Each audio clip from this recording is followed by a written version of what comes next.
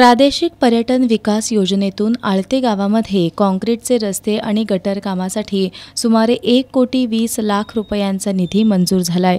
या योजनेमधून आठवड्याभरापासून आरसीसी गटरचं काम सुरू आहे।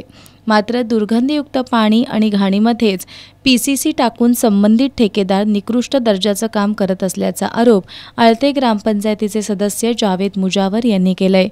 याबाबत जिल्हा परिषदेच्या बांधकाम विभागाकडील अधिकाऱ्यांकडे तक्रार केली असता त्यांच्याकडून संबंधित ठेकेदाराच्या या चुकीच्या कामावर कोणतीही कारवाई केलेली नाही।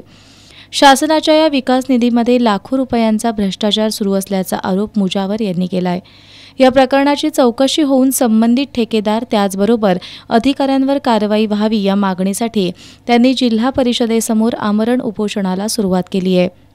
काँक्रीटच्या गटारीचं काम कशा पद्धतीने निकृष्ट दर्जाचं सुरू आहे हे दाखवण्यासाठी मुजावर यांनी उपोषणस्थळी LED स्क्रीनही जोडली होती। या आंदोलनामध्ये राजू गोरे, प्रवीण जनगोंडा, शिरीष थोरात, राम कांबळे, राहुल कांबळे, सद्दाम मुजावर, प्रतीक कांबळे आदी सहभागी झालेत।